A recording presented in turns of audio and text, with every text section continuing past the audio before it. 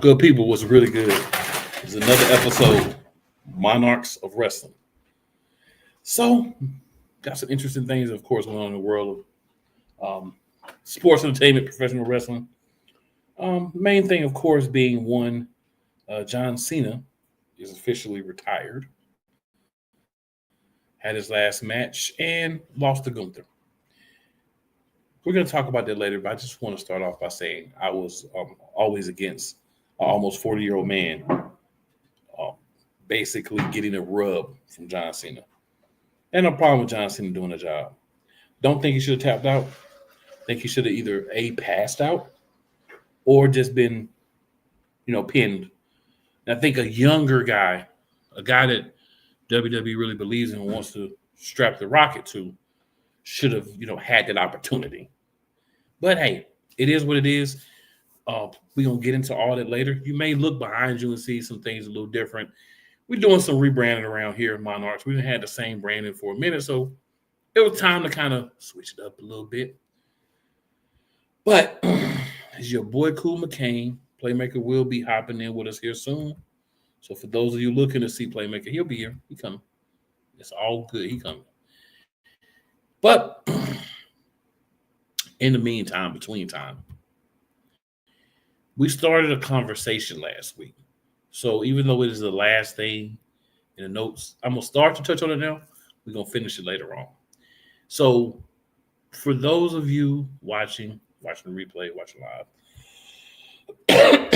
thing that we were requested to discuss is essentially why we haven't had any stars, mega stars of the level like a Stone Cold, Shawn Michaels, Bret Hart, just to name a few, Undertaker, Brock Lesnar, major stars be African Americans. And that's actually a very interesting thing. Not going to really get into it now, but those who are interested in it, we will be talking about that later on. Just a little open conversation me and Playmaker will be having, discussing that. So those of you who are interested, definitely make sure that you are around for that part of the show. It will be fun. It'll be honest. It'll be our takes. Everybody may not like our takes, but you know what? It's all good. It's honest. It's live. It's what we really feeling. That's what we got to give you. You know what I'm saying? So my man Playmaker ain't here yet. So I'm debating kind of where I want to start at. You know what I'm saying? Because y'all know I flip around. We got a certain way we do things. No NXT really looks like we're going to be talking about. So I guess we'll just go on slide over to TNA. For those of you who haven't seen it already, I decided, you're welcome. I decided to go ahead and throw the TNA International Championship there behind me. I really like it. I'm a huge fan of it. Like the color, like the strap size, like the design. I kind of want to be a little off center on it, you know what I'm saying? So y'all can kind of see the plate. But yeah, this is a nice belt, and this is the TNA International Championship. So those who haven't seen it before, I put it back here for you.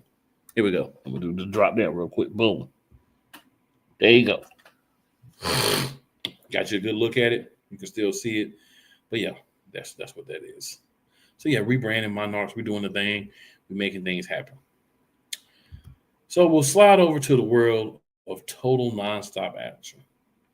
Got the fallout from Final Resolution. We're going to talk about that.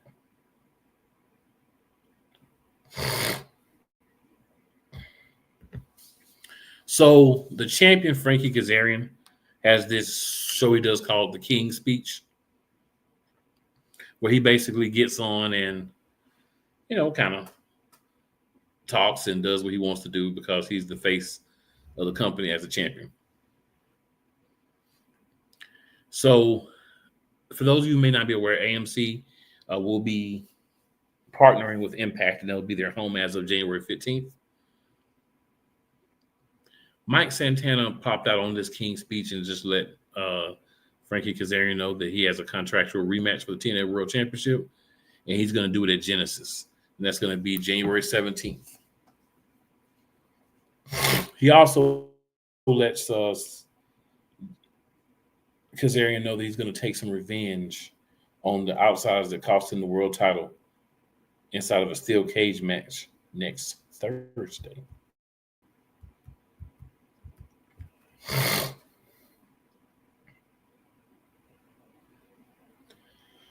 So Stacks proposed to Santino Marella's daughter and became the TNA International Champion. So, there's that. So then we had a match, steel cage match. Matt Cardona against Lexis King for the advantage in the cage.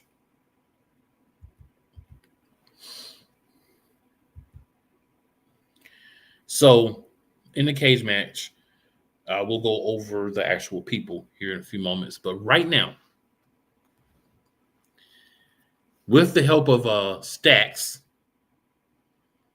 formerly Channing Stacks Lorenzo, now just Stacks. Stacks and Lexis King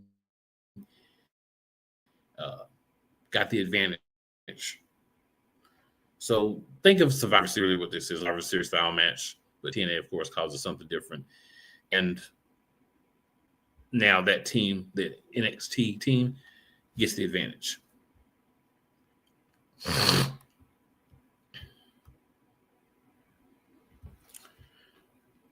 We had the Elegance brand and Harley Hudson and Mila Grace. And the Elegance brand, of course, and Harley Hudson. So we did find out after the match that Matt Cardona's out with a shoulder injury, so he won't be able to compete in the steel cage match next Thursday. So we'll have to get, so there'll be a new person there for that team.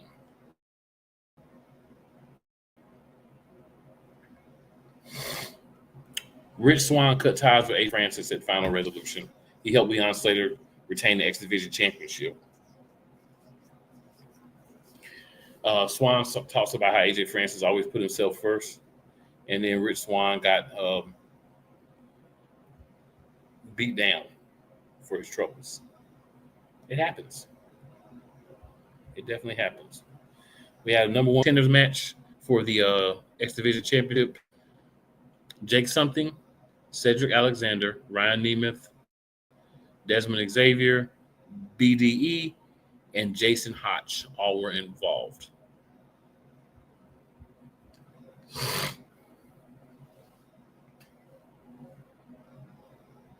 So Cedric Alexander won the match, giving a lumbar check to BDE.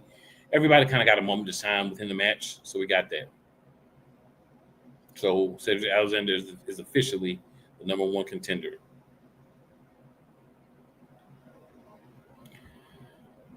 On the first Impact of 2026, Frankie Kazarian will be defending the TNA World Title. There'll be a number one contender battle royal that'll be happening. And also, Marilla has to find somebody to replace Cardona in the steel cage match. So that'll be interesting to see. So then we've got Brian Myers and Eddie Edwards facing Sinner and Saint. So we know the system with Moose, JDC, and Alicia Edwards. We're going to defeat Sinner and Saint. And that's the team of Judas Zacharias and Travis Williams. They lost. They shook hands after the match.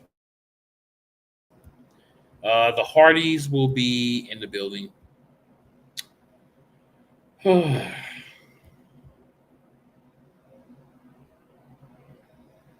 So the Hardys are also competitors in the steel cage match next week between TNA and the NXT Outlaws. The Righteous come out, Vincent and Dutch, tell them good luck in the match, and they promise them that they'll be watching. Santino Marella has decided that he will be Matt Cardona's replacement in the steel cage match. So that'll be interesting. We'll have Team TNA versus Team NXT in a steel cage match, of course. The Angel Warriors and Miller Moore and Tessa Blanchard will have a match. We'll have the 20-man battle royal for a TNA World Championship opportunity, and then Elijah's going to be in concert. These are things that are going to happen next week. All right. Danny Luna, Indy Hartwell. Dog collar match. They don't do a lot of female dog collar matches, but this one was very brutal.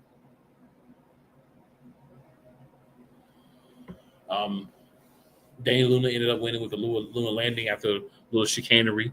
She tried to throw some powder in Indy Hartwell's eyes. That didn't work, but then she threw her into the referee and hit a Luna landing and won the match. So definitely we'll be discussing everything that happened next week. Make sure that you are definitely tuned in and being a big part of what's going on, what's happening in the world of professional wrestling. So we're going to talk some AEW here in a minute. We're going to dig into the Continental Classic a little bit, kind of let you know where the points are for everyone, because the Continental Classic, it's built up to be something that's very important to AEW. To AEW. So mixed reviews. Some people like it. Some people don't like it. Some people don't like the logic of having a unified championship and then defending half of it in a Continental Classic instead of making a unified championship classic and just defending both, or just not defending at all, right? Just making it where the winner just gets a number one shot. But again, Tony Khan, Powder Tornadoes. It is what it is. But before we get to AEW, good people, we are going to slide on into a commercial break here. So make sure that you're tuning in. Make sure you're liking, sharing, subscribing. Share it out to your other people who are fans of professional wrestling so they can slide in and be a part of what we got going on. But in the meantime, let's get to some commercials. Rams fans all around the world. It's a beautiful thing to be a Rams fan right now. Stafford's back. We're going to see about Cup. And running back Kerryon Williams to return. Lend me your ears, or should I say lend Playmaker your ears, as he breaks down week by week everything in the Los Angeles Rams canon. Number 99, Aaron Donald. Can't wait for 2029 to come to know that you are going in the Hall of Fame, and it should be first ballot, no questions asked. Join the Playmaker as he breaks down everything Los Angeles Rams style in Ramily Talk on the Playmakers Blog Network YouTube channel and where you can find podcasts.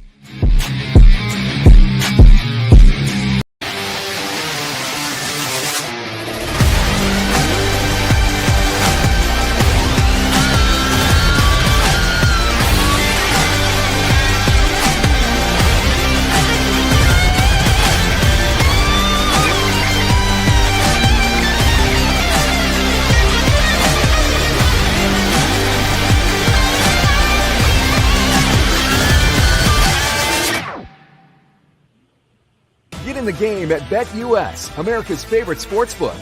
Over 50 sports, live betting, online casino, horse racing, esports, and more. Start now and enjoy easy deposits, fastest payouts, and the biggest bonuses. And for over 25 years, BetUS is a name you can trust. Mention TV 150 now and get up to 150% in bonuses. BetUS, we've got your game. Call or visit BetUS.com now to join. All right, ladies and gentlemen, we are now joined by the other half of the monarchy. I got a Playmaker. Playmaker, what is going on? What's up? Hope y'all had a good weekend, and looking forward to tonight's show because it's going to be very interesting. So we have slid through TNA. I know we didn't really have anything NXT-wise that you really wanted to cover. Yeah. So we're going to head on over to AEW. And the main thing I want to kind of talk to the people about is the Continental Classic standings, just so people can kind of get an idea of what's going on with everything. Okay. So I'm trying to make sure I find the most updated ranks. So this is what I'm seeing as the most updated stuff. So I'm gonna give you, if this happens to be incorrect whatsoever, forgive me. I'm just giving the information based on what I see now. So we got two leagues here. We've got the Gold League, and we have the Blue League. So as of right now, from what I'm seeing in the Gold League, Jack Perry has 0 points. Jack Perry ended up taking over for injured Darby Allin, who already had lost the match, and then I think he missed another match, so there's only so many points he'll be able to get. But taking over, I think, was and it'll give him a chance to be seen, and round robin style for everyone, because essentially it's a round robin tournament. So everyone fights everybody. So all the Gold League fight, the Blue League fight, and the person who has the most points from the Gold and the Blue, they fight. All right, so Jack Perry has 0 points. Pac has 3 points, which means he's won one match. You win a match is 3 points. You tie, it's 1 point. You lose, of course, no points. Kevin Knight has 3 points in the Gold League. Speedball Mike Bailey, also in the Gold League, has 3 points. Kyle Fletcher has 6 points, and Kazuchika Okada also has 6 points. We know Okada lost a match to Kyle Fletcher, so we know he's had at least 3 matches. But that's where our standings are currently, and Kyle Fletcher also has lost the match. He lost to Speedball Mike Bailey.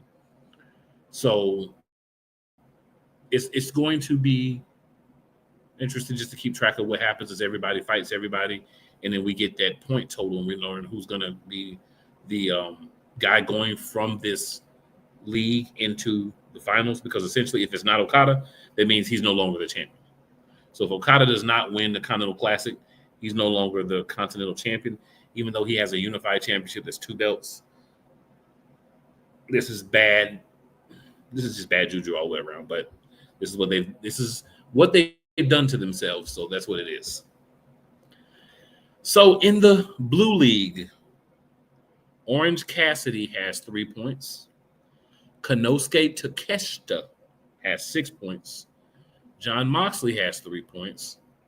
Claudio Castagnoli has 6 points. Roderick Strong has 0 points.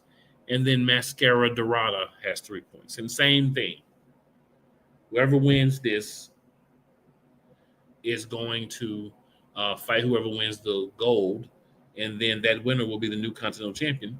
Or if it happens to be the current champion, Kazuchika Okada, he'll just keep the belt. So yeah, just a quick update on that. It's very interesting. So we're going to get a match Saturday between Claudio Castagnoli and Konosuke Takeshita.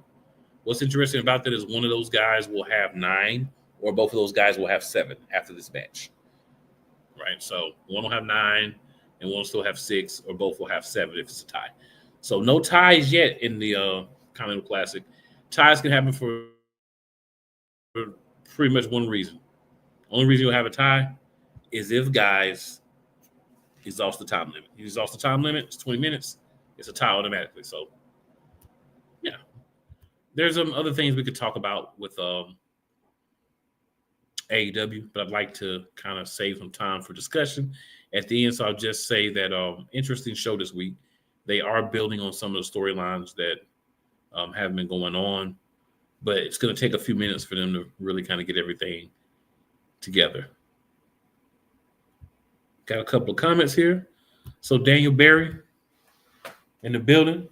He says, happy Monday. Hello, everyone. What's going on, DB? Appreciate you tuning in. And Yolanda Williams says, hey, fellas, y'all back. Yolanda, we was here last week. Yeah, we was here last week. She said, see y'all talking AEW now, what I missed. Quick recap. I just went over TNA, what's happening with TNA. And then we slid on over to AEW now. Like I said, we're going to have a discussion. We had part of it last week, but we're going to have the rest of it this week, just kind of discussing, the African-American wrestler and the lack of one getting to that high level in WWE and our thoughts as to why. So, Playmaker was here for a moment. He'll be back. all good. I like where they're going with Swerve and Hangman Adam Page and kind of teaming up. You know what I'm saying? We got to have a sit down and talk. We got to, we got to figure things out real quick between us without and all that good stuff. As feared, Ricochet is a champion we hardly ever see. There's a couple of reasons why, and we'll get to those. But ladies and gentlemen, we have a special guest host tonight. We'll go ahead and bring him in. One, Mr. Cole Johnson. Oh, Monarchs. With us. It's good to be with you once again, Monarchs. Oh man, the graphics look graphics fire. Like that. Yeah, we're doing a little updating. You know what I'm saying? We little winter cleaning. Going in 2026 with some fresh to death. It's gonna be a new intro video next week too. So for y'all that saw the intro this week, like the intro's still the same. Don't worry about it. It's coming. It's all good. These rebranding takes time. So. Yeah, it does. It does. But I didn't want to stop the good people from having an opportunity, to go ahead and see these wonderful new logos we sliding over in the corner by Playmaker. You know what I'm saying? And then there's wonderful thumbnail. We can't keep this stuff from y'all. Mm-hmm. We're like a fat kid in the candy store when this stuff happens. You just got to get it out there. Got to. Mr. Johnson, since you are here. Okay. I hate to throw you on the spot right away, but you know how we do around here. You've been around enough. You're the big cousin around here now. So, to be honest with you, you're not throwing me in the spot because I kind of already. Yeah. So, threw it at him. Any thoughts from AEW you'd like to share with the people? We went over TNA earlier. I know you're much happier with TNA because a certain person is no longer wrestling. I know you're much happier with TNA. But yes. Any thoughts on AEW?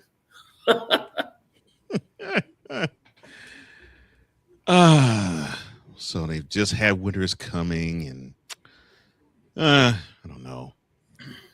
I've been hearing talk of, it looks like AEW is on the rise now, and it's not as messed up as it was leading into last year leading into this year when we had John Moxley kill the company. Was the champion. I think I'm actually liking the direction. I said it right before. I actually like the direction it's going. But again, I have to laugh because I've never seen a company that could actually afford you to have a championship title for every wrestler that's on the roster. International. I'm like we're now having a national championship, and we just awarded the first ever women's tag team championship. Which that's valid, but I'm like, so you having another mid-card championship? What's the point? And Ricochet won it and it disappeared. So literally, what was the point? Yeah, I'm like, okay, so you have the Continental Championship, you have the TNT Championship, you have now the National Championship. What? Why? I mean, no. That's the only bad mark to me that AEW has. It's just, okay, you have all these titles, and you're now putting less emphasis on actually having a good program that doesn't need a title. So that's the only issue that I have with AEW. Outside of that, it's not too bad. Not too bad. Okay. I will say winter's coming.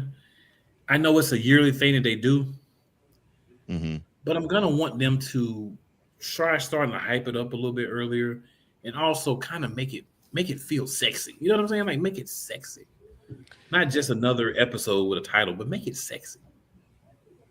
And I think what hurts winter is coming where they place it. You already have full gear around Thanksgiving, so it's like, yes, So you have one of their big pay-per-views, and then basically you have really the AEW's version of Clash of Champions.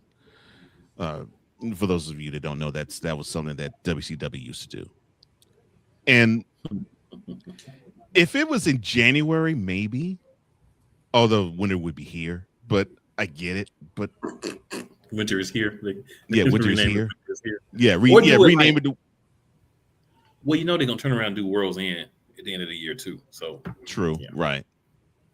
Yeah, so there'll probably be another special episode. Right. So yeah, I'm with you on that. Like, okay, so winter's coming. Cool.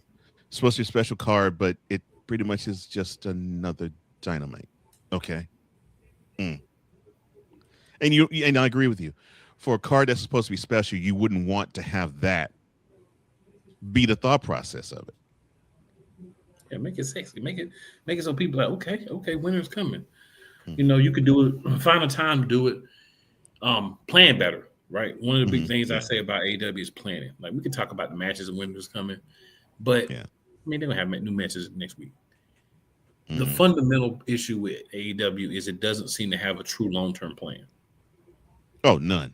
No, yeah. You know, and they do have times where you see a semblance of a plan, like a small smidgen, a slice of a plan. And then a lot of times, I guess, Tony just go back into the cocaine tornado blueprint.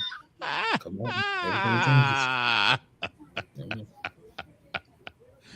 Oh my gosh! I know it's what it feels like happens. So, you know, it makes things a little trickier because you're like, bro, what is y'all really doing?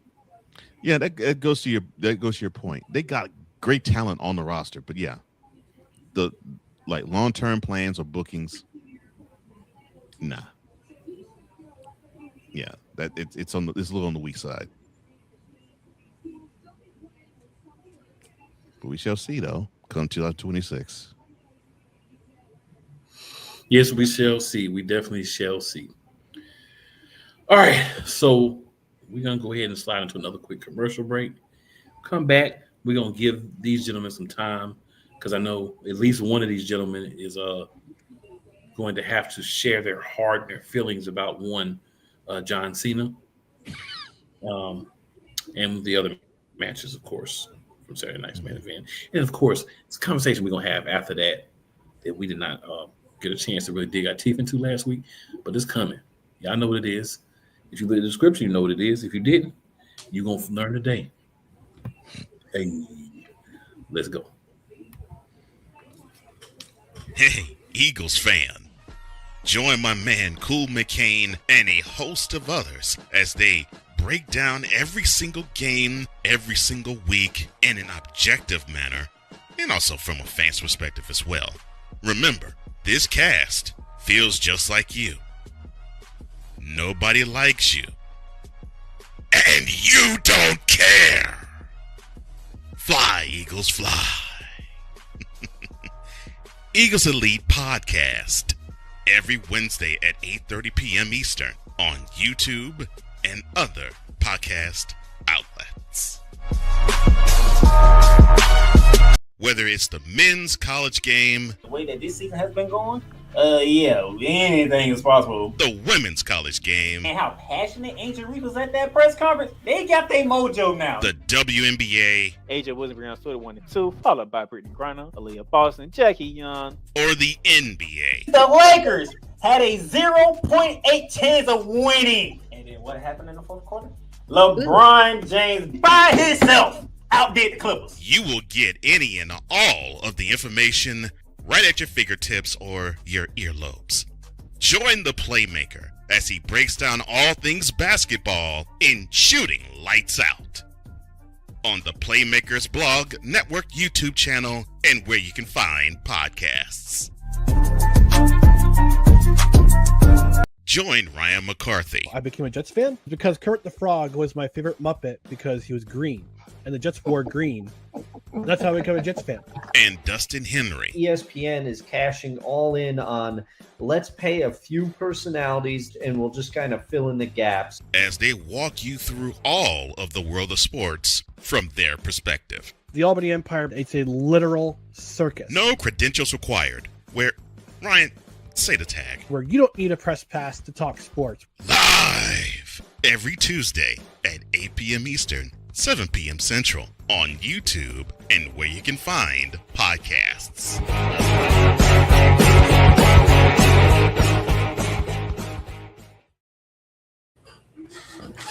All right, good people. It's that time.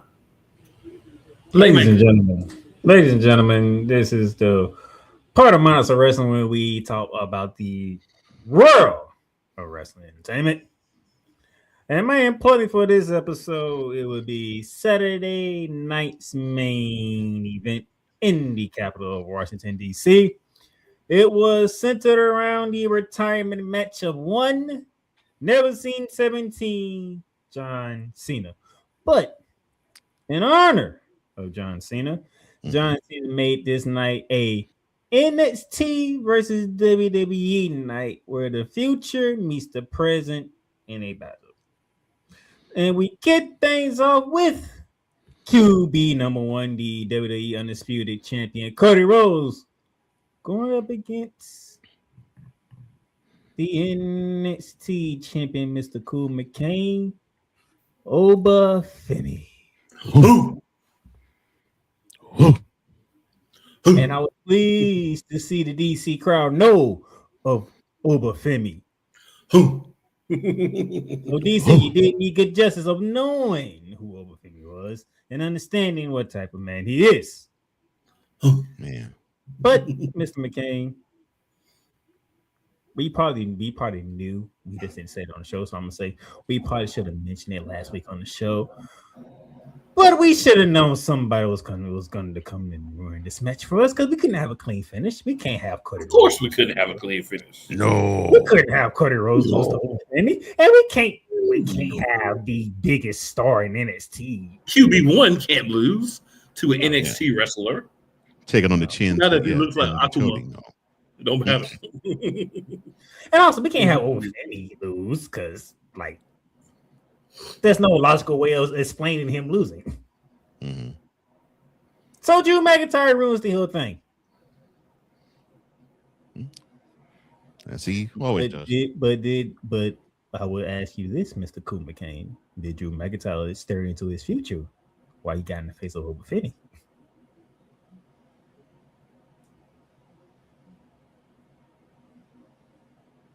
I'll let Cole take that one.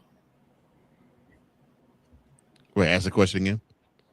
Did Drew McIntyre stare into his future when he got in the face of Oba Femi? Oh, when he went face to face with Oba, maybe, but not necessarily 2026 future. But it would be interesting though if that is the case. If they go that route, that'd be cool. But I wouldn't right now. I am going to say abso-freaking-lutely. Oba Femi will beat the tarnation and the kilt off of Drew McIntyre in 2026. Not the kilt. And I'm going to say this right now. If Oba Femi loses to Drew McIntyre and there's no chicanery. Oh, Lord. There's no chicanery and Oba Femi loses to Drew McIntyre, y'all want to tune in that Monday because explosion is going to happen on this screen right here. There's going to be an explosion of anger. And this coming from a guy who enjoys Drew McIntyre. Yeah, Drew's cool. I actually like him, but I'm talking about cool. I know you talking. I know you're talking about cool, but let's be honest. Even with Trick Williams, the best product that has come out of NXT in a minute is Oba Femi.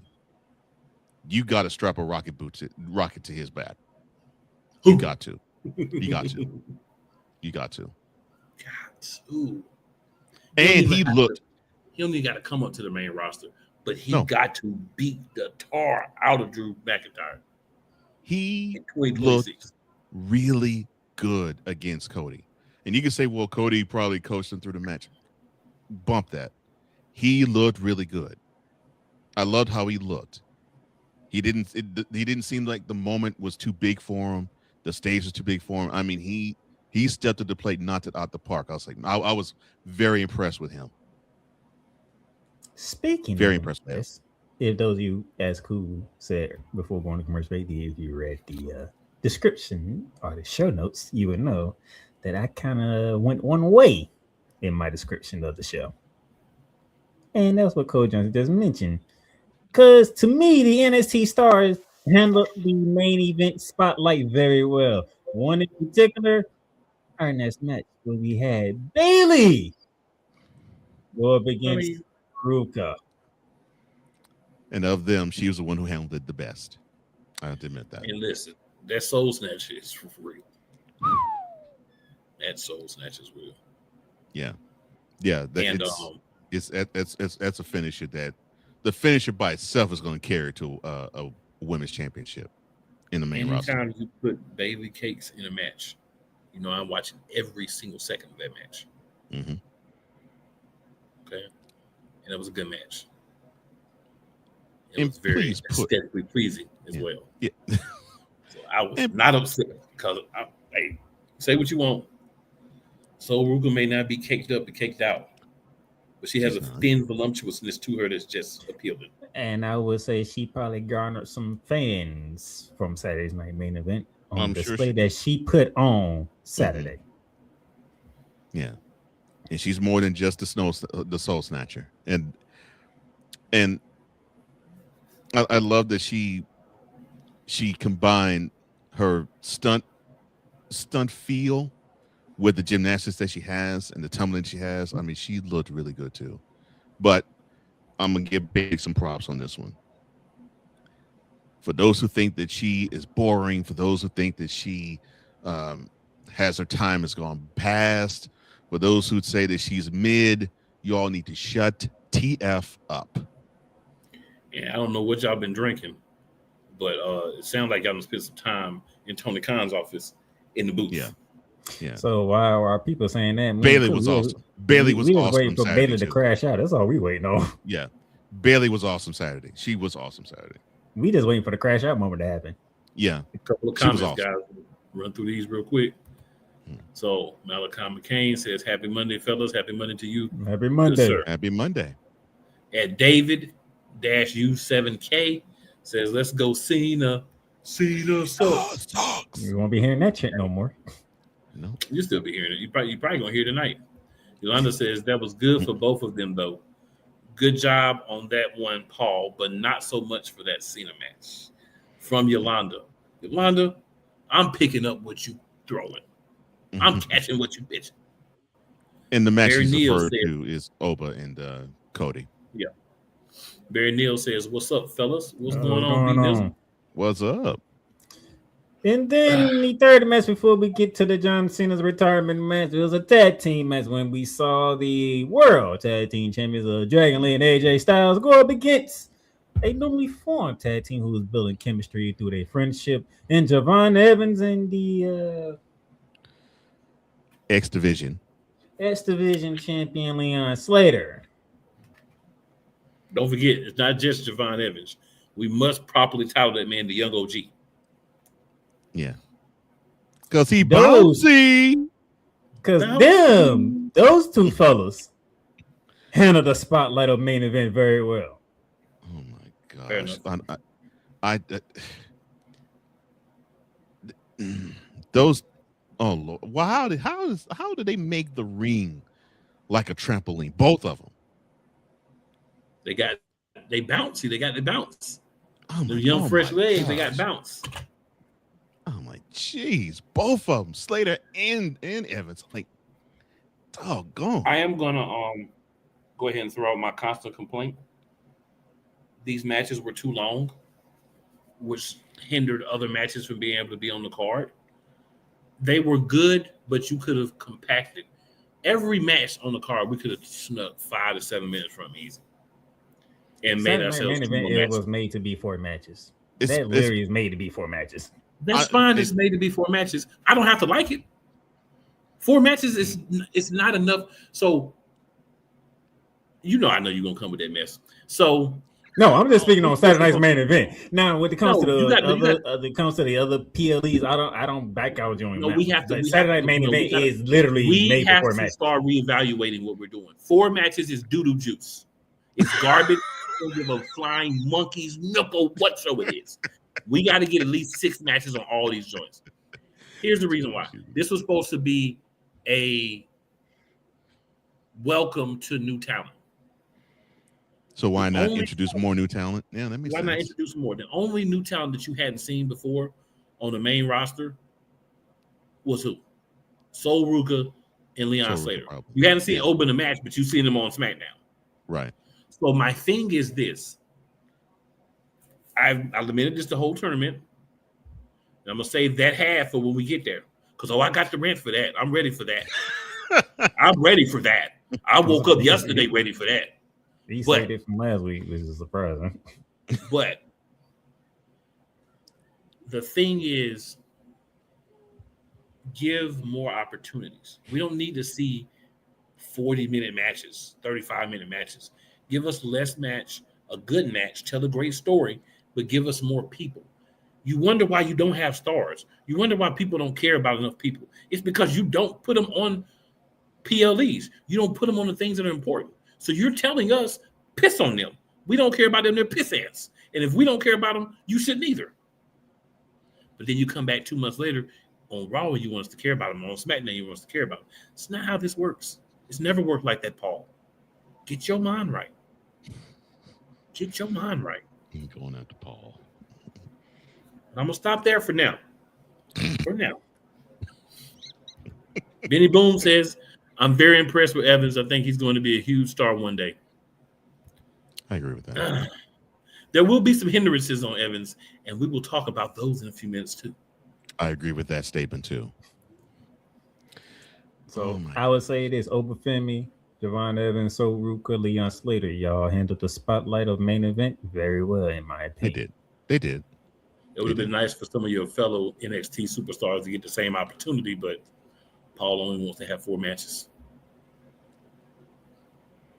Well, if we were dealing with Vince, if Vince was booking it, you would see those 6 matches. If you could do it in a 2-hour window, you would have seen those 6 matches. Yeah. That's one thing I say about Vince. You're gonna see more matches with Vince. If you're dealing with Tony Khan, you're gonna have 20.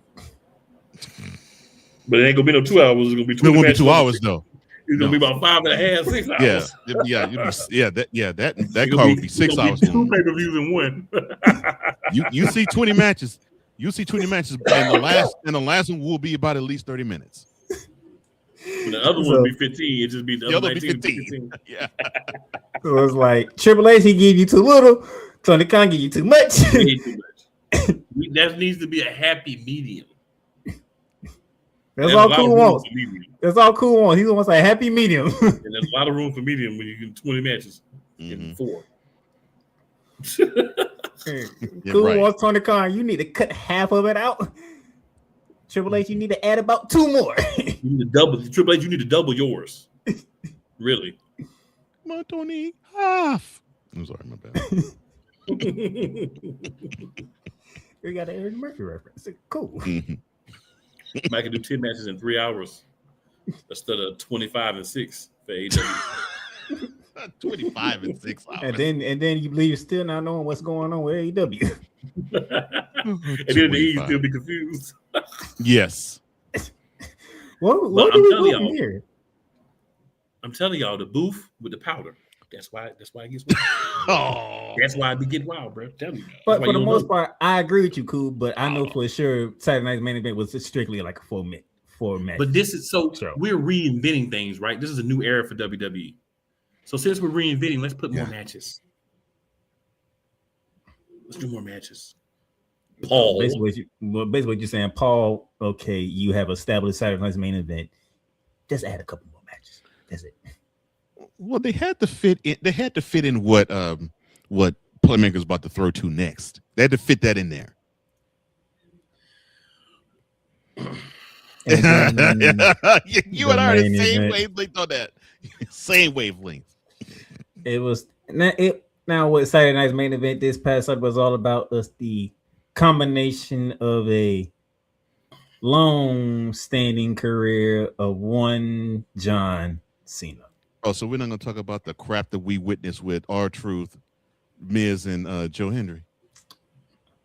I'll prefer not to, but Cole, since you brought it up, go ahead. part of the reason why I do agree with Cool. I'm like, so you blocked off 10 minutes for this crap. You blocked off 10 minutes of this card for this. Yeah, they blocked out 10 minutes for Joe Hendry. I'm like, gosh. And the funny thing is, I ain't even see the whole thing, but I just seen it. HE, and I'm like, don't you say his name Miz, and then Miz said his name. I'm like, here we go. I'm like, oh Lord. Okay, fine. You get the cheap pop. Hey, Joe Hendry's there. Why? Pointless. And then they did a salute to John Cena. I got that, but still, I'm like, come on now. Joe Hendry, man.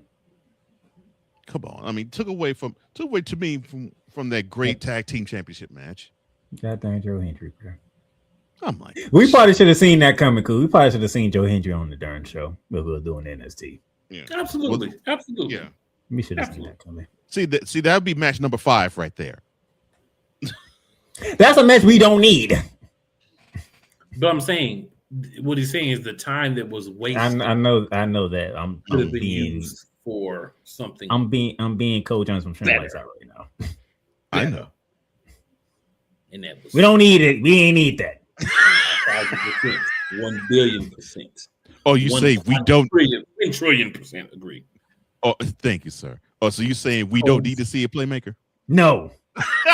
Statement is approved. To be quite honest with you, I don't know how Cool feels about this, but I'm about tired of having people say Joe Hendry's name and he just appears now. It's well that act is going to get old and tired. I'm already there. It's about how you use it. And truthfully, it's been in TNA and a little bit on NXT. Right. And a lot of people don't really watch either one of those. So when he bring it to WWE and to the main roster, it's still new. It's going to be pretty new to those people. Just keep it in the book. You know what I'm saying? That's a low blow, but you're not wrong though. Sometimes you got to shoot straight. You know what I mean? Yeah. And translations for y'all who trying to figure it out, that means I have to suffer even more when Joe Hendry comes. You will. When he gets the Raw SmackDown, you're going to be seeing. They're going to abuse that. Say his name and they're going to abuse the dickens out of that. This might be the only time I won't carry it on his back. Just to say, don't say his name. Because if they keep doing it, he might eventually get that Kurt Angle backlash, where it's like, oh Lord, we'll have to see that. Boo! He might, and there might not be a bad thing. I agree with you, but they do it as often as they have been doing it as of late. Yeah. Sometimes you need to be a heel, man. Like everybody just need a heel phase. Mm-hmm. You know what I'm saying? But we need to see everybody as a heel. But thank you, Cole Johnson, for bringing up the one thing that I didn't want to talk about. Well, I was doing it to dovetail, just basically to piggyback off of what Cool was saying. We had a Joe Hendry spot. That was all for Joe Hendry. I wanted for the Miz, I wanted for R2. That was for Joe Hendry. Okay, so note to self: Playmaker hates Joe Hendry. That's good to know. And I don't want to hate Joe Hendry, but I'm like, they finna say his name. It doesn't feel like you don't want to hate him. I'm just saying, it feels like you do want to hate him. No, I don't want to hate him, but the fact that I'm just saying, it feels like it's always a moment. It's like they say Joe Hendry's like. Now I know why. Biscuit. Let's just say when Kevin Owens was crashing out, I'm in his boat now. Oh Lord.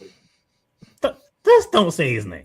Like, jeez. Anytime you put yourself in the Kevin Owens crash out boat, that's wild work, sir. The Kevin Owens crash. That's where you want to be. That's cool. I'm just saying. That's wild work.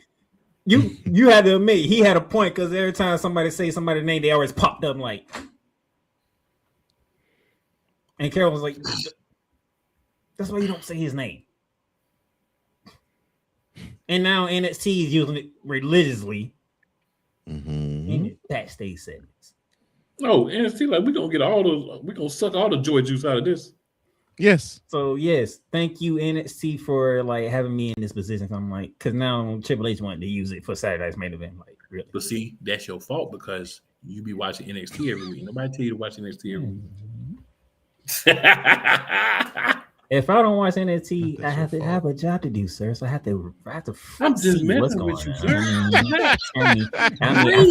I feel like it's the NBA Cup to me. Like I don't want to talk about the NBA Cup, but guess what I got to do on Mondays? Listen, talk about the NBA Cup. Listen, and I'm gonna enjoy when you talk about it. You ain't got to do nothing but stay black and die. You ain't got to talk about it. You heard that to talk about that trash. Oh my God. I have a basketball show, okay? I can't ignore the NBA Cup. If I didn't hear nothing else on this show, that phrase you just said, cool, made my day. I got to do nothing but stay black and die. I love that, man. I haven't heard that in a long time. Basketball every week, okay? NBA Cup come around, NBA Cup sucks. Moving on. Thank you. 100. You are choosing to put yourself through that suffering and talk about the NBA You watch Cup. the show, you know how I run the show. Yes, he knows how you run the show. You choose for that to be the main focus. That's a choice that you make. Ain't nobody made you do that. You chose that life. Not you chose that life. Yeah, don't choose a life and then be all right. You chose it. Like that's all I'm saying. You chose it. There'll be stuff that happened in the world of professional wrestling. I'm like, I ain't talking about that. And we glaze right on over it. And we go on to something else. You choose to talk about the NBA Cup. That's on you. We talk everything NBA. So not to be accused of brown sessions because you all like to see some object be glazed. But I digress. And plus, he talks about it too. He just talks about it in a different manner. Not glazing. Not glazing the object.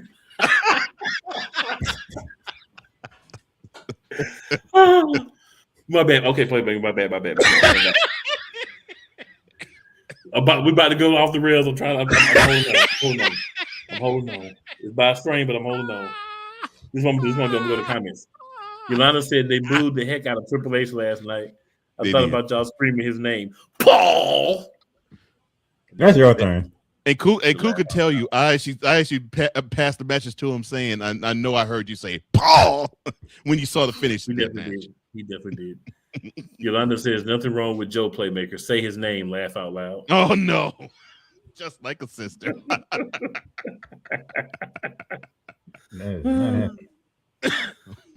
Playmaker like this. I'm not saying is let's slow down on the whole. Let's say his name whenever we get a chance, and so he can pop up. No, I feel you. I'm gonna give you a little bit of a hard time, but I feel you. No, I don't see anything wrong with that. Yeah, seriously, I don't see anything wrong with your analysis on that. But you gotta make it feel special. When you do it every 5 seconds, it ain't special. Yeah. Oh, my bad, Cole. I had to risk that thought out. No, and then we get to the moment everybody's been waiting on. Even though my co-host put this in a similar manner of when the Undertaker went against Brock Lesnar at WrestleMania 30. That wasn't a Brock Lesnar needed, but Brock Lesnar took advantage of it. Well, the same thing that happened for Gunther in Saturday's main event when he is the final opponent for one never seen 17 John Cena. The greatest of all time.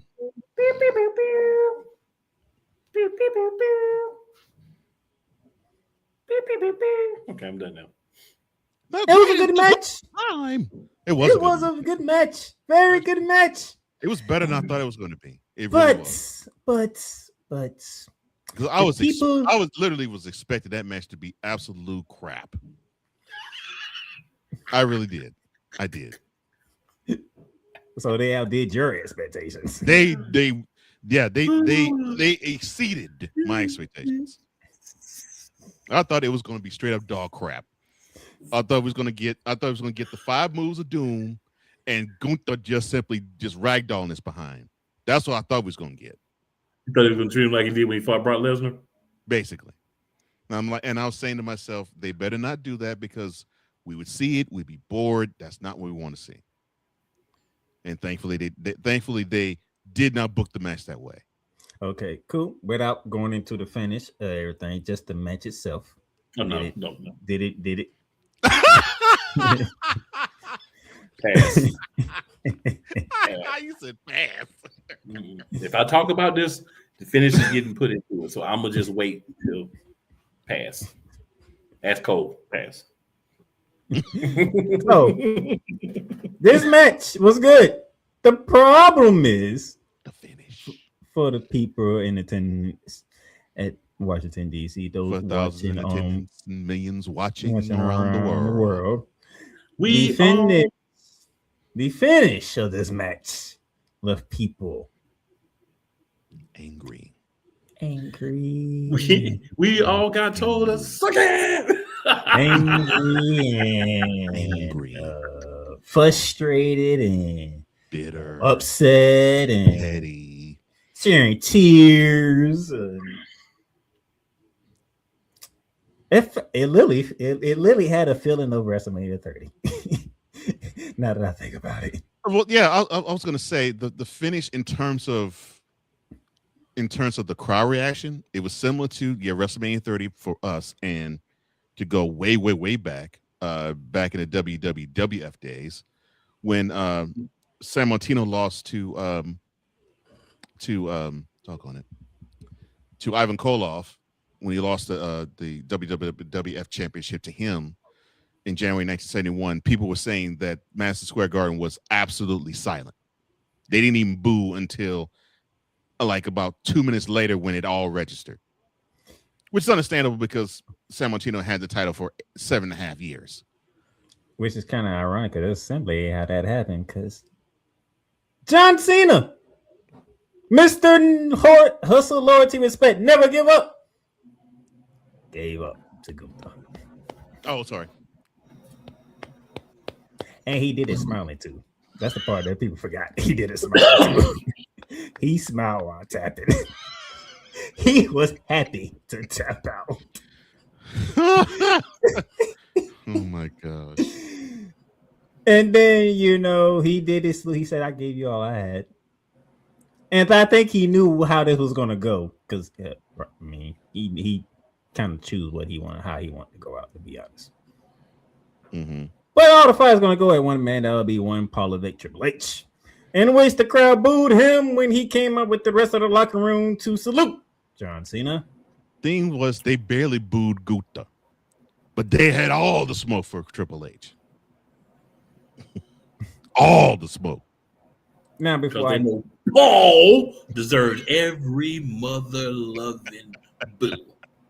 Hey, how much did John Cena deserve? He had a reason. Collateral damage. How he's collateral in his retirement match?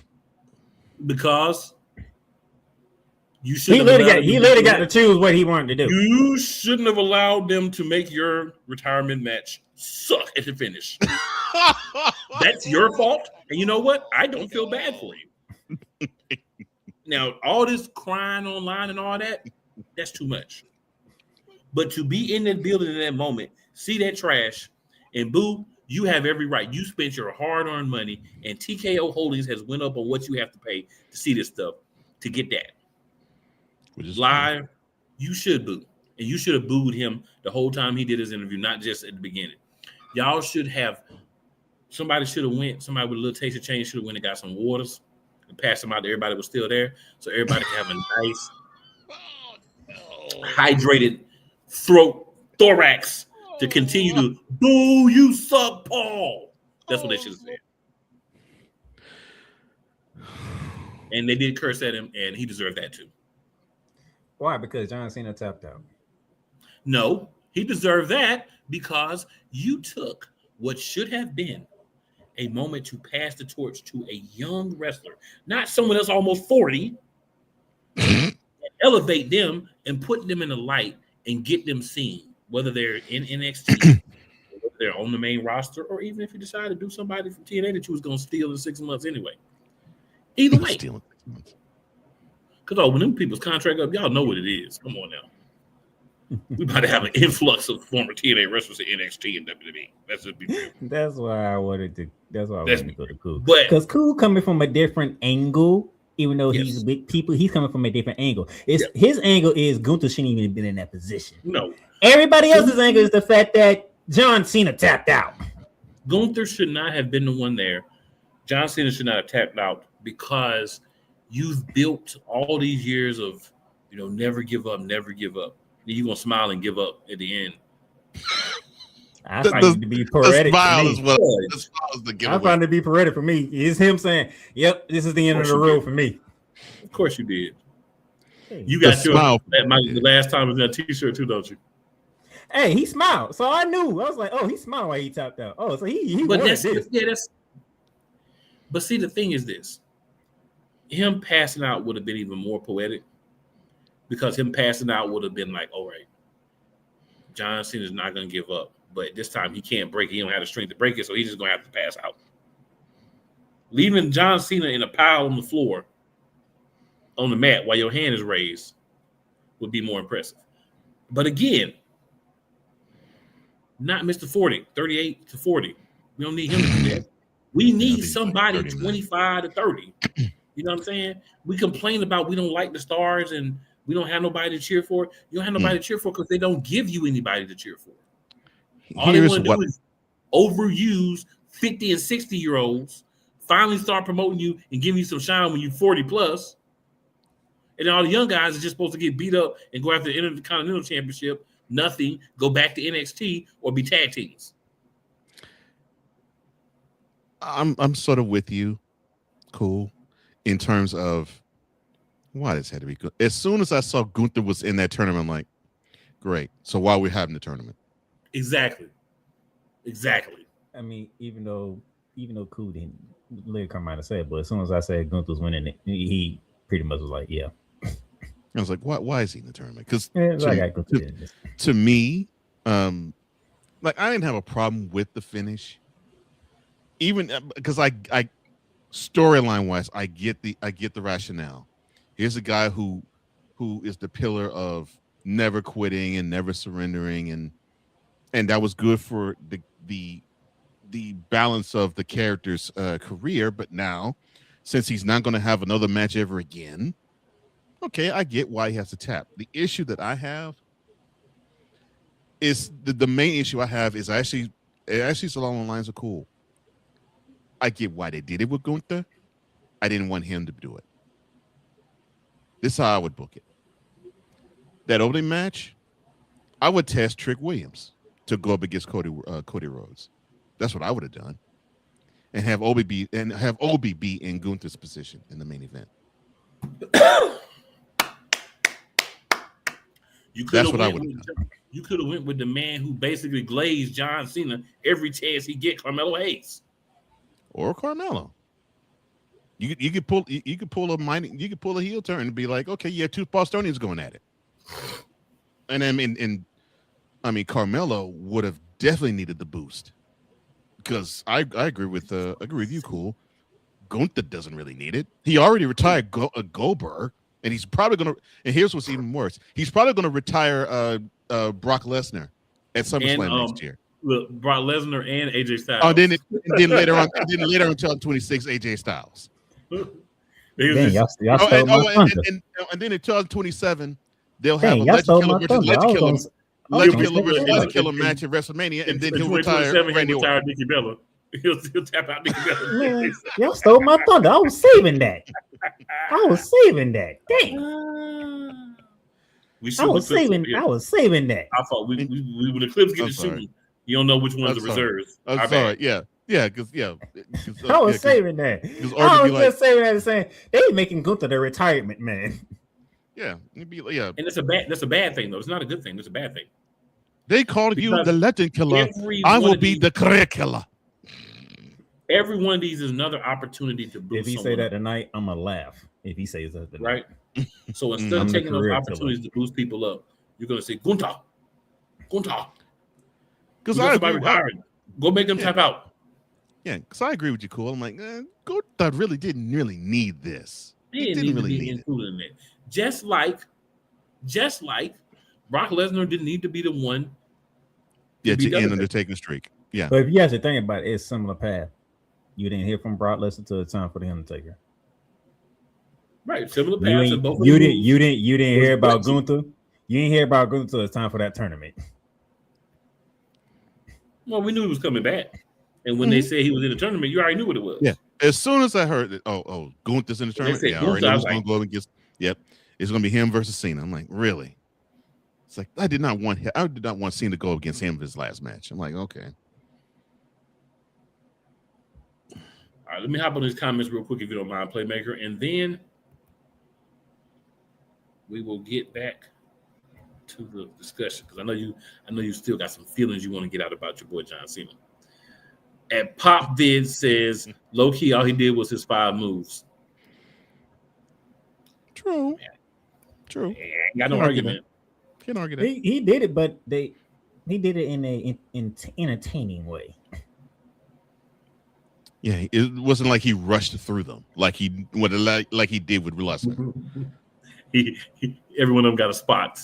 All 5 of his moves got spots. Right. Yolanda says, I'm mad all them grown ass men crying over him tapping out. Yeah, crying over it, that's a bit much. I'm with you there. Like that's when you get to be too much. Pop Vid says it really wasn't as serious as crying. 100 Pop Vids. Sure wasn't. No. I knew where Cool was coming from, but I was like, man, they are literally upset about this. God damn. Yeah.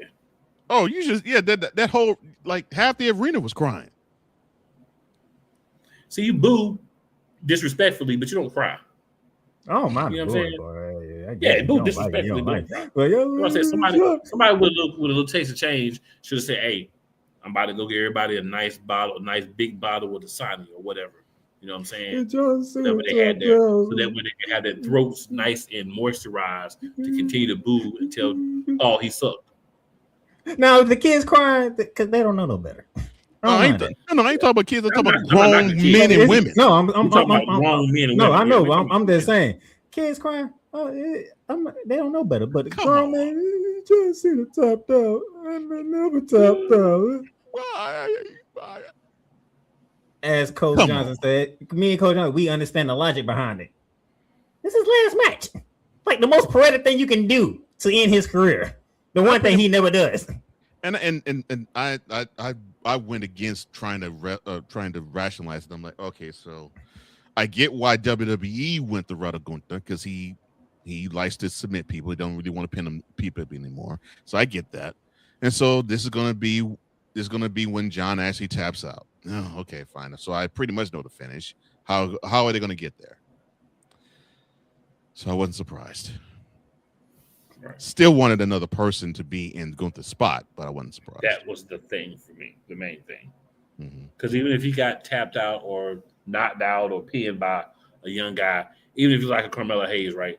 You can pick him up, hug him, let him do the thing, give him a bow, you know what I'm saying, give him a second hug, walk out, let Cena have a ring. That's what you're supposed to do in these situations. Not that thing about it. Outside of Gunther, who else makes people tap out on the roster? Tap out didn't have to be included. Well, the only person that put people in submissions. I mean, if I really think about it, but I'm not even going to do that because I'm going to do the rest of this. But you're not going to put him in there. Crusher. Yeah. Yeah, you weren't going to put AJ Styles in there. You could have put Rusev. Yeah, you could have put Rusev in there, but because he does have. They don't want to give Rusev that heat no more. Which is Rusev don't care about that. But he would. And that would have actually. No, I'm not saying Rusev wanted to care. I'm saying they didn't want to give Rusev that heat. Yeah. As as one of the older gentlemen, it would have helped Rusev if you was going to do something. Oh, it helped him. Yes. And plus, him and John Cena already got history too. 100. It would have helped. That would have helped. That's what I'm saying. Like I wanted a young guy, but if it wasn't going to be a young guy, at least somebody that it will elevate. You know what I'm saying? Yeah. Pop Vid says, I respect the hustle, but it's time for John Cena to go. And John Cena knew it. He knew it was time for him to go too. Yeah. Yolanda says he told y'all he was going to make him tap out though. Talking about Gunther. Yeah. Gunther did say that. Pop Viz agrees. He sure did say he was going to tap him out. Pop Viz agrees the crying is too much. He also agrees that he was happy to see the younger NXT talent on the show, but it would have been nicer to see more. It would have been nice to see. And ironically, we was making a joke, but Yolanda said, like, Nikki Bella needs to go. Wonder. Right. Tapped out. Look, Wonder. hold on. Wonder. Keep that coming to that real. Wonder, Yolanda. This is my soapbox. Go, girl, go. This is my soapbox moment right here. Nikki Bella, keep your behind away from Stephanie McCarroll, okay? I do not want you near the women's world title. No. Mm-mm. No. Mm-mm. Oh, you go ahead. No. Mm-mm. No. Don't drive anywhere near a WWE arena. Simply go back to Arizona, go back to the desert, and learn why you can't keep a man. This is my response to Cole and to Playmaker. Oh, my brother, testify. Why is she still? Thank you, sir. I appreciate that. Why is she still? Take the cue from your twin sister and stay away. She can't because the twin sister know how to keep a man. Oh, my brother, testify. One of these days, Cole Johnson gonna stop throwing the softball right across the middle of the plate. No, I wanted to throw that softball across the middle of the plate. I want him to smack that one 500 feet. Yes. Malachi says John Cena going out of his shield would have been a way better. Tapping out was Then Malachi says never give up. Psych. Fruity Pebbles up on his last match. Gives up on his last match. That's why I call it poetic. That's why I say it's poetic, because it's like that man never gave up for how many years of this career? Probably 20 years. To me, it's something else, not poetic, but I'm not going to say that on air. I'm just going to say it's trash juice on air. But it's something, but it's not poetic. If we're going to go close to poetic, I would say pathetic, but that's something else. With flies flying around it. Maggots and everything. Let's just say you would make some good tea with sugar, honey, and ice. That's what it is. Yes, sir. Pop Viz says, I'm sure if WWE threw a nice check at John Cena, he would have another match for sure. No one ever really retired from wrestling. But see, that's the thing. They didn't think about that. All Paul wanted to do was make a shock moment. This is the rant I want him to cut. Right? So you make a very good point. So but it's coming. I'm going to believe John Cena on this one, that he's the one that's not going to come back. I mean, he's an ambassador, but he'll still make appearances. But yeah, he'll still see him on WWE TV. Yeah, competing in the ring, I'm gonna believe John Cena for right now. Yeah, because even Shawn Michaels couldn't stay away from the ring. He tried. He tried his best. Then Crown Jewel 7 years ago messed all that up. I want to play Bronson Reed's music for Yolanda's comment. Yolanda says, hey, I'm going to pull a Cole Johnson on this one. Please. Quote, they not going to give a black man that chance to be remembered like that. End quote. And I know the counter argument they'll throw back at us if we my sister testify. I already know the counter argument to that too. What would be the counter? What would be the counter argument? They'll say, well, you had 3 black guys on the show. And 2 of them in the same match. As a tag team.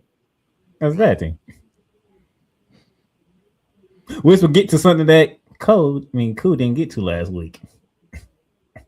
If you want to go ahead and talk about it now, sis, that's right. Sir, go ahead. Because you ain't get to it last week. I remember too. Let's flip the topic. But Yolanda, for your topic, I have 2 things I have to say to you. Yes! Yes! Yes! And also, woo! Because last week, and we didn't get to this last week, but my co-host was it Instagram or Facebook? I don't remember which one. Did a quick video. Voicing his displeasure that a certain group of brothers You can't tag team again. Mr. Cool McCain, would you like to take it from there? Triple H pissed on you. Hot piss, Paul. It ain't me. I can't stand you. And I hope that you slip and fall and someone else has to do your job for a few weeks and they clean up the crap, the miles of monkey crap that you're leaving all around. You had the unmitigated gall, the audacity to take main event Jey Uso and put him back in the Usos. You better turn him heel now. If you don't turn him heel, you son of a biscuit eater. Ooh, I got so much vitriol for you. You better turn him heel. You better find a way to get him back in the main event scene somewhere up there for this. Because you know what? What you did was garbage. And you know what? I don't agree with Rikishi much. But Big Keish, I'm riding with you on this one. Piss on Hunter. Piss on everybody that had anything to do with this.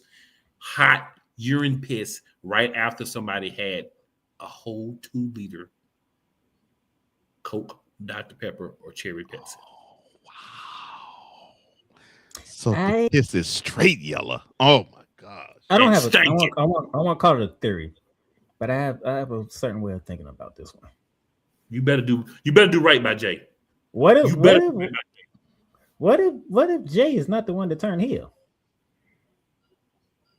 Okay, so what's the entertainment seeing Jimmy turn heel again? That's the unknown factor. There's nothing about that.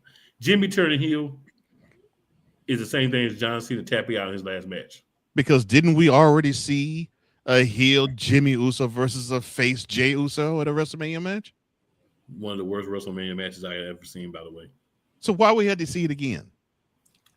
I'm just throwing the option out there, okay? Well, I'm throwing that because we've been seeing Jay has been the one, losing matches and crashing out, and Jimmy talking about he took the big brother road to do all this. What if it's Jimmy that turns heel? And matter of fact, let me do it like this. What if they trying to make up something? What they trying to redo something that they already knew they messed up on because they ain't do it right the first time. I'm sorry, I'll do it again. Do something that you messed up on. How about you give Jay the World Heavyweight Championship again and let him have an actual run? You stupid idiots. How about you do that? What gotta have this run? So what joy should we see with them having the tag team championships yet again? I don't think they're going. To me, I don't think they're going for the tag team title. I think somebody's turning heel. I don't think this is a full-fledged tag team. But if they're going to turn somebody heel, you got to go for the tag team championships. Because what's the point? Yeah. And then they just drop off the apron and leave their brother and say, "I'm not my brother's keeper." Ah! And then we have another match between them where we have 75 super kicks. Yeah, 75 super kicks and 15 spears. And 30 punches from each person. Mm-hmm. You forgot to add Uso splash to that too. No, that ends the match. Yeah, they end the match with 7 Uso splashes. Mm-hmm. So I would assume that you're saying, Mr. McCain, that you are not a big fan of one Mr. Paul Triple H Levesque from the booking standpoint. No, he's not. I'm not a fan of Triple H from the booking standpoint. I'm not a fan of Triple H for I don't see color, you lying piece of crap. I forgot he said that line. Oh no, Cool is not letting that one go. I forgot he said I don't see color. I forgot. He's not letting that one go. I'm here for you. You good. As long as I'm here. Yet you were willing to throw all sorts of thug shades at Booker T leading up to WrestleMania 19. Right. But you don't see color. I mean, you only promote certain people in the past. He might have thought one way and then, that color he does. Now that color we do agree with. You agree with that color. A man like you does not belong wearing a world championship. Close quote. Mm-hmm. Like, why would you want to introduce that in a program? Why? Why? Because you feel like you could say anything you wanted to and get by with it. And plus, back then, now that they actually talk about stuff what happened back then, they would do anything to get on top. Back then, they would say anything to get on top back then. In the case of Triple H, no pause. No pause. Anything to get on top. No pause. So, gentlemen, we were having a conversation last week. No, you weren't here. We already started that discussion too. Yeah, but I just want to make sure we segue properly to it for those who are watching. Yes, please. Why? You want me to say? Go ahead. Go ahead, sir. Last week, those of you who didn't catch last week, somebody I forgot who put it in chat. I forgot their name. I don't know. Cool, remember who put it in chat? Miss Skip. Somebody put in the chat to us. Why do you think you don't see as many black people, or none therefore, as the top guys in the WWE or in wrestling in general? But now more that I thought about it, are we just focusing on the men correctly? Because they do put the titles on the ladies. Well, I mean, that's why we just focus on the men. Yeah, because currently Jade Cargill is the WWE Women's Champion. What's it called? Would have been champion if she didn't get the club shot up. And Naomi would be still probably the world heavyweight champion on the women's. And now that I'm happy that y'all stopped getting on Jimmy about that, like that man was supposed to do his job. Well, who got what time out? If you was getting on Jimmy for that, hold on. Let me segue real quick from that. What clown decided to get on Jimmy for actually wanting to have a child with his wife? This is what the internet does. And me and Cool had to talk about it. It's like, bro, are y'all really seriously mad that this man you motherfuckers don't have a life? Man, come on. Be happy that man shot that club up successfully. Come on. Man. Jeez. This shows that you all have no concept of life. None. Zero. It's just that. Of course not. They had grown man crying because John Cena tapped out. And before I derail this further, I'll keep my mouth shut about that. I'm like, come on. That sad. That's pitiful. So we wanted to have a discussion. We started it last week. So Coach Jones, I bring it to you because you don't see many black men as top guys in wrestling. We do have Sora Strickland as a top guy in AEW. We will see what happens with a Trick Williams and an Obafemi in the future. Right. So from your historical perspective, Mr. Johnson, why is it so difficult for black men to be in the top spot? I will exclude the current era, although I see remnants of it still exist. Definitely in WWE. And I agree with you. AEW, I don't see it nearly as much. Because if they were willing to actually have Swerve Strickland actually be their guy for 5 months, I'm like, okay, so there is some hope. There is some hope in that department. But the reason as to why is it's very easy. And it was very easy for the NWA bookers, and it was very easy for Vince, both senior and junior, to hide behind the excuse of, well, and it goes back to the phrase that Triple H said earlier this year. Well, we don't see black or white or brown or yellow or red. We see green. If they make the money, they'll be put in the main event. Hogwash. Hog to the wash. I'll give you one good example of why I believe that's hogwash. In the late 80s, you had a guy named Bad News Brown. And he had the ability to not only make anybody look good in the ring, but if they wanted to fall out of line, he knew judo and he'd mess you up. So not only could he handle business and keep things safe and injure nobody, if they got out of line, he could hem you up. Which those are two of the preeminent things that I've heard people in Booker say they want their number one guy to have: the ability to make everybody look good, and if it gets rough, hey, stop it now. I want now.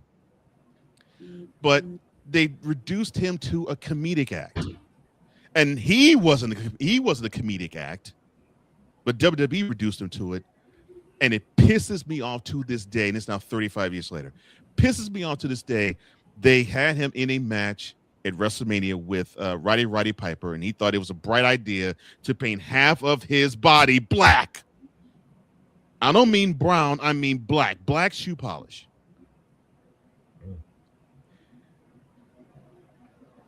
And it's like it and I was in my late teens then.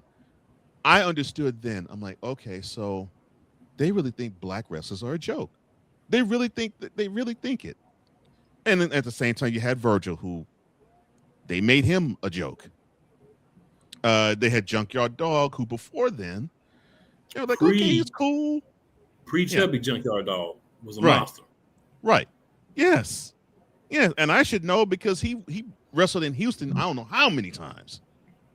And I mean, loudest pop of the night every single time he was in Houston, and every single time he was in New Orleans. Loudest pop of the night. Doom. But he gets right, but he gets a WWE, a WWF, and they make him basically a mascot. Throw a chain on him, like just act like a dog. Jeez. Yeah. Then we get to Doom. I'll say it. That's the best tag team I saw after the Road Warriors had their time. I didn't like the Steiners as much as I like Doom, but I thought those two were really good. Yeah. But their reach got capped mighty hard. All because they just simply wasn't the cup of tea with the bookers. And I'm like, and of course one of those times, one of the bookers happened to be Ric Flair. So, I mean, Now I could say, well, I guess WCW saw the light because out of Doom, you had Ron Simmons. He ended up being the first ever black heavyweight champion of a major promotion. And how long was he champ, Cole? 4 months. How long was Jey Uso champ? 7 weeks. People wonder why I'd be like, they should give that man a real run. Back when you didn't even give black people a run, you gave a black man about 10 times more time than you gave Jay. And I'm glad you over the crowd. Right. And I'm glad you brought that up. I'm glad you brought that because I wanted to link the Ron Simmons reign to Jey Uso's. So at that time, WCW was enamored with Big Van Vader. And yeah, he was a cool figure. But I thought, okay, this was a good time to actually have Ron run with for a little while. But they decided, I think 4 months is good enough. Have him put it back on the big guy. And then as soon as Simmons dropped the title to Vader, Simmons drops off the face of the earth. And not because of his doing, not because of an injury, because WCW didn't see anything at all worth anything to invest in him after that. Okay, so let's cut to. I'm gonna set you up properly, Playmaker. So cut to now 2025. You have Jey Uso win a WrestleMania match for the World Heavyweight Championship on April the 19th. Ironically, he tapped out Gunther. And he tapped Gunther out, only to have the same finish in reverse 7 weeks later. So what was the point in having him win the Royal Rumble match, have the lead into the match at WrestleMania, have him win the title, if you're only going to get it off of him before 2 months is up? I have my I have my biased thoughts on that one, which is one of the reasons me and Cool did not look forward to that WrestleMania. Because to me, if that's what you're going to do, have go to top out Jay and then be done with him. But don't throw the belt on him and be like a token. Oh yeah, he gets the crowd going. This is a reward for him actually being the guy who gives the loudest pop of the night. And you don't even give him 2 months with the world championship. That's because these keyboard warriors, because I can't say what I really want to call them, wanted to put the whole WrestleMania downfall on him, while myself and Kuma Ken was sitting here like, no. One, you in Vegas. Two, we know how expensive Vegas is without WrestleMania. And three, when you add WrestleMania to it, you might as well triple it. I hated the fact they wanted to rest. Oh, well, Jay really isn't a main eventer on the fact that they were having issues selling tickets. I'm like, no, it wasn't that. It was the fact that you made the tickets twice as much as the WrestleMania before. Thank you. And then y'all decided to put WrestleMania right back in Las Vegas.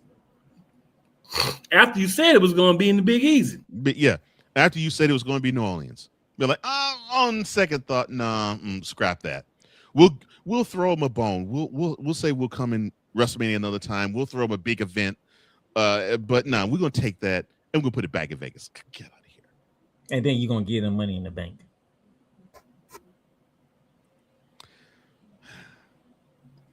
So my question is, what does Booker T fall into your analysis, Mr. Johnson? Booker T, he's smarter than people think, and people give him credit for being. Agreed. You can play him for a clown, you can play him for a sucker, you can play him for a fool, but the dude knows what he's doing. It's like, okay, if you want me to entertain you, I'll give you entertainment. If that means that's going to get me to the bag, okay, cool.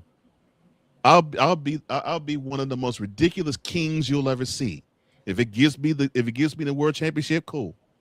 Because when I was serious, you crapped all over me. Because I showed you I got skill. I show you that I can captivate an audience. I show that I can actually have people be in my corner. But you decided to bring up my past, make me a thug, make me an ex-con, and just make that be worthy of content for us to do a program on, and for people to not take me seriously, and to do it on air. To me, I will still say this to this day, that was the worst program ever created for a WrestleMania match ever. Because when I saw that, and I remember seeing it in the beginning when they actually focused on that, I say, if they have Triple H go over on Booker T, that's basically going to chop Booker T, and it's going to basically render him to be nothing but enhancement talent. And unfortunately, that's what he was until he became King Booker. And then with skill and with humor and with a little bit of a cutthroat nature, he proved that he can entertain, he can buzz butt, and he can be a champion.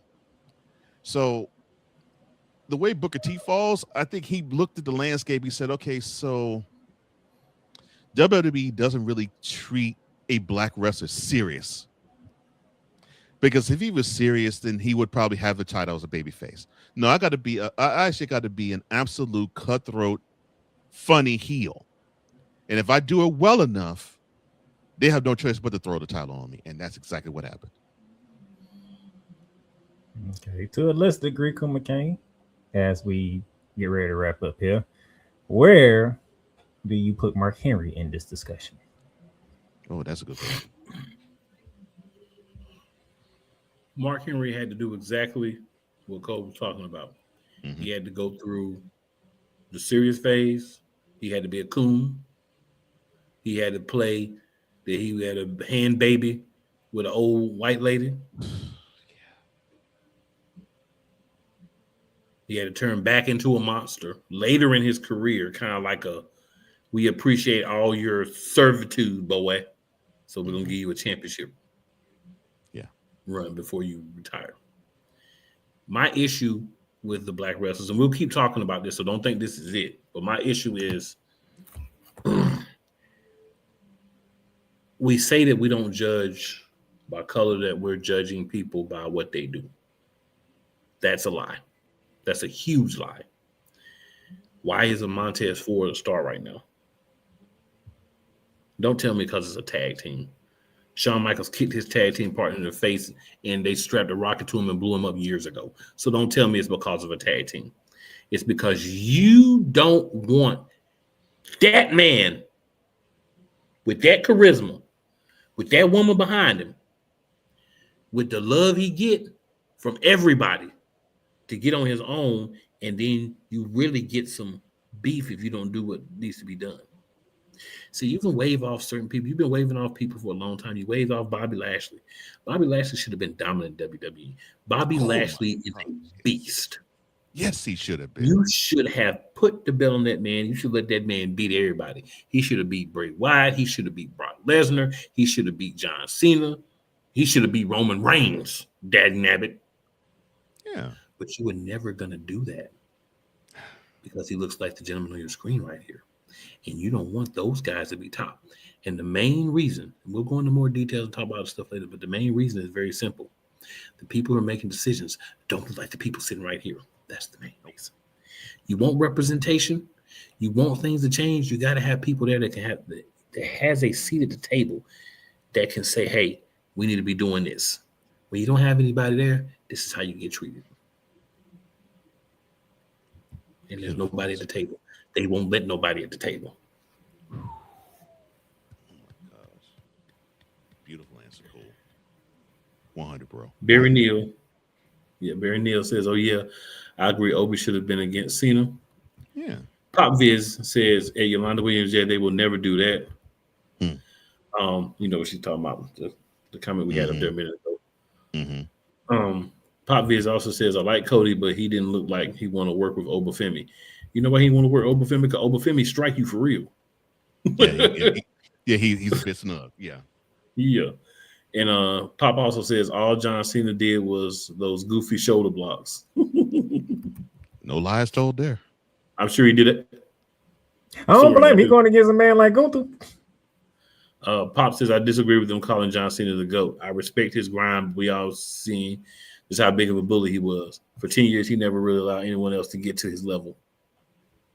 It's not good behavior to me either, man, but they want to block over all that just so they can give him the GOAT.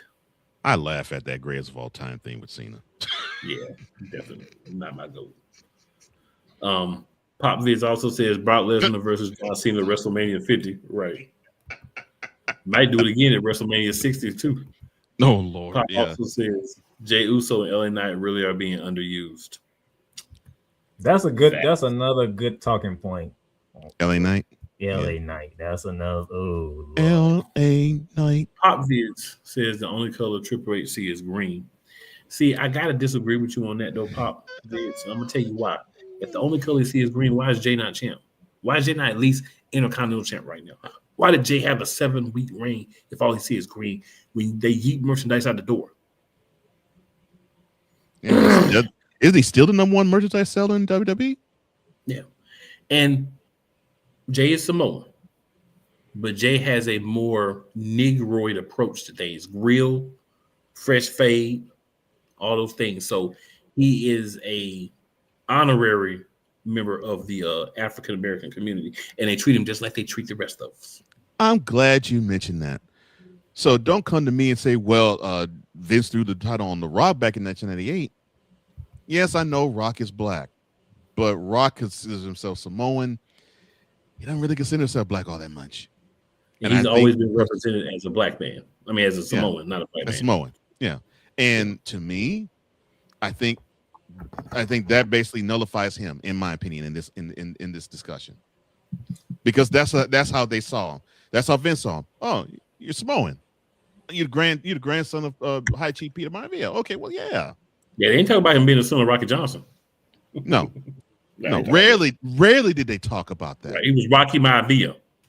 Right. That'd be a very good question to ask The Rock on it if I ever meet him. Now, if you ask him, he's gonna be like, "Oh, well, I support all sides of my genealogy, and I support it. It gives me chills when I think about all the different people that made me who I am, and my dad's family, blah blah blah." You can get all that BS. If you Depends on how you ask the question. That's what most people they ask general questions, but they don't really frame it in a way that gets. We understand. You're only going to be able to ask The Rock questions that he had previously approved. Yeah, agreed to answer. You're not gonna give The Rock. You're not gonna ask The Rock a hard hitting question that he'll get an answer. It's not how it works, sir. Yeah, 100 on that. Yeah. I'm ready to find out for myself. You might can ask him off. You know what I'm saying? Off record. I ain't say I say that. I say what I say if I meet him. I ain't say if I had. I know. I'm saying you might be able to ask him off record, but if you try to interview him, you're gonna be like, "Oh, I got to sell more Terramana." So everybody. Yeah, I'm about to say get the Terramana in him. Yeah, fast X2. I'm in, and I need people to watch that. So I need everybody like. I'm just saying. So Skip Tronic, the other channel of Pop Vids, says, "I think Trick and Obi may have a chance, but only time will tell. If we get somebody there that's going to advocate, they got a chance." Oba might have a chance, considering that Shawn Michaels advocates for him hard. Yeah. Donna says, "Just kidding, get married first." Oh, yeah, that's a shot on Triple H. Yeah, and then she says they really dropped the ball with Swerve. They were going to drop the ball with Swerve. They were going to drop the ball with him. So Swerve had an interesting interview that I saw. If I see it pop on my thing and it says Swerve Strickland. Oh, I know exactly what you're talking about, because I believe Swerve took accountability for him for his role in it. That's what I'm talking about. Playmaker, you better read about my boy Swerve. You better read about Swerve. Yeah, I know. Yeah, Swerve took accountability because he was thinking a certain way, just like the people making the decision was thinking a certain way, not the same way, but they had a certain way of thinking, and Swerve had his certain way of thinking, and his certain way of thinking held him back instead of him speaking up. Yeah, he was and being, cause they wanted Swerve to be the leader of the group, like legit leader of the group, and they was going to use from what he said. This is what Swerve said. From what he said was he's supposed to be the leader of that group, and from there, depending on how he led the group, it was going to determine if they was going to put him in the main event spot. The group in question is Hit Row. Yeah. Yes. Yeah. Yep. Oh yeah, I caught a piece of that interview. So Skip Tronic, flat out, unadulterated, unabashed says they don't want a black man being a top dog in WWE. Let me check to see the lie on that one. Let me check. Let me see if I can find the lie. Sir, no lie found. They don't. However, they could get away by saying a black man can have the title because Cody Rhodes is somewhat Cuban. So there you go. And he's married to a black woman. And well, yeah, married to a black woman, and the fact that Dusty Rhodes, who is actually white, they say he had a black side to him. Yeah. But since he has a Cuban mama, there we go.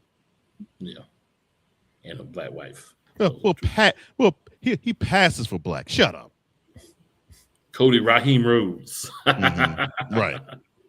The Negro icon. And then Skip trying to say is Bobby Lashley. Oh, my bad. I didn't highlight that one. We getting through these last few, y'all. So Skip Tronic says Bobby Lashley was another great champ. Absolutely.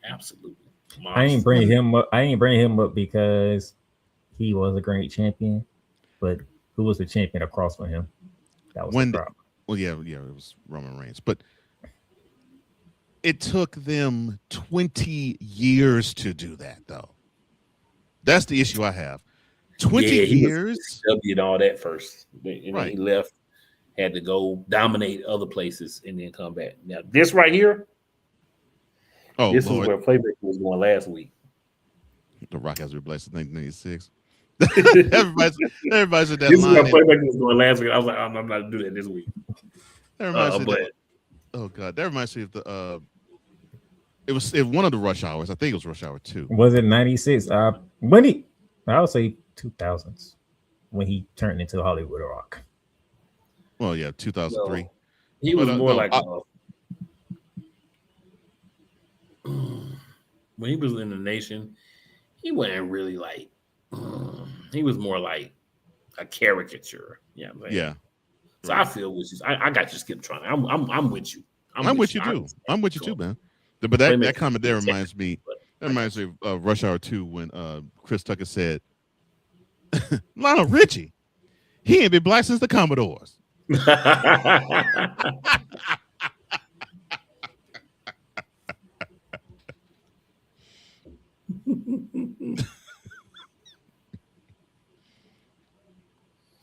Boy.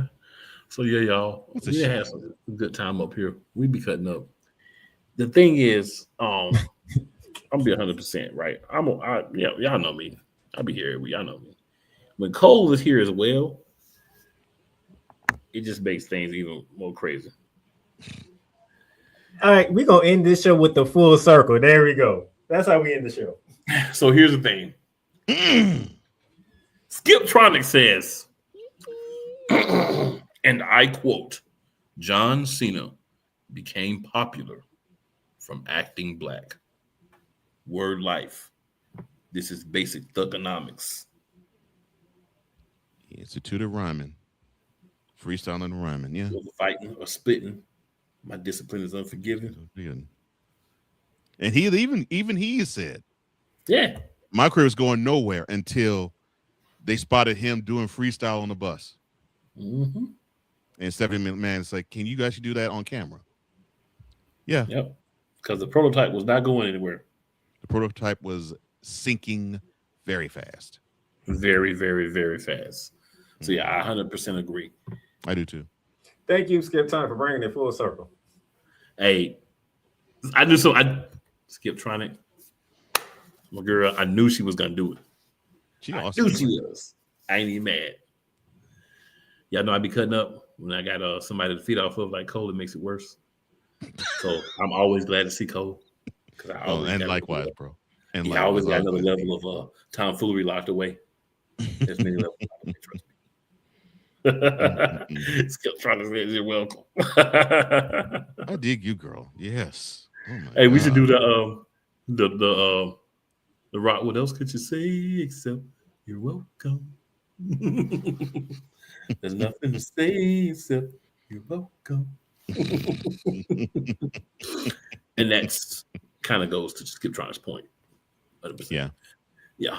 But we're gonna be back next week. Y'all know it's the holiday season. Make sure checking out your peoples that struggle during the holidays, different reasons or whatnot. And as always, it's never where you start; it is always where you finish. Mr. Johnson, our guest extraordinaire. Any last words, sir? Well, all I have to say is I appreciate the invite as always, and I appreciate this conversation too.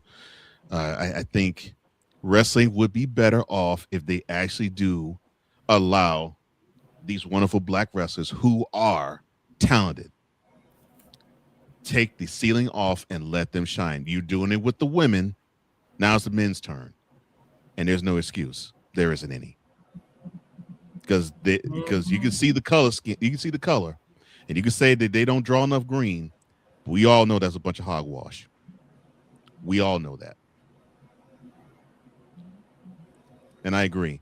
I think we need to have more of us in those key positions. and you won't have that problem anymore.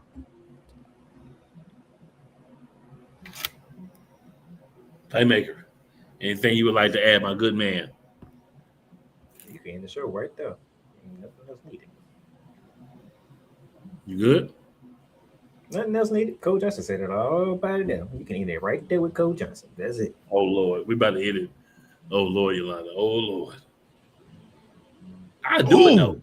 I do it. Please. Yolanda says put me in. Man, look here. Please. Look here. We can do that. Me and Cool, we can take the week off. Y'all can have the whole entire show next week.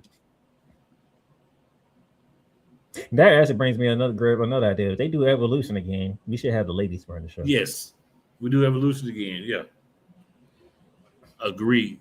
Skip Tron says they have Kofi coming out in a long dress. It look like shaking my head. What have we been getting close to that for the past like 3 months? He been getting a little bit more risque every week. Mm-hmm. Is he now mourning the end of John Cena? Since New Day like to mourn a lot. Well, I mean, he's trying to say she with it. I know Yolanda with it. Hey, I'm gonna have to get at y'all. We're gonna make it work. Well, Kofi's from Boston, so that's possible. Hey, Playmaker, that message is for you, sir. Yeah. We gotta be on with them, sir. Trying to get you. I ain't messing with you. I know why she said that, but all right, y'all. We out. We appreciate y'all tuning in, man. Great episode, more fun time. Mm-hmm. We went over, but hey, it is what it is. Won't be the last time. We out. Peace.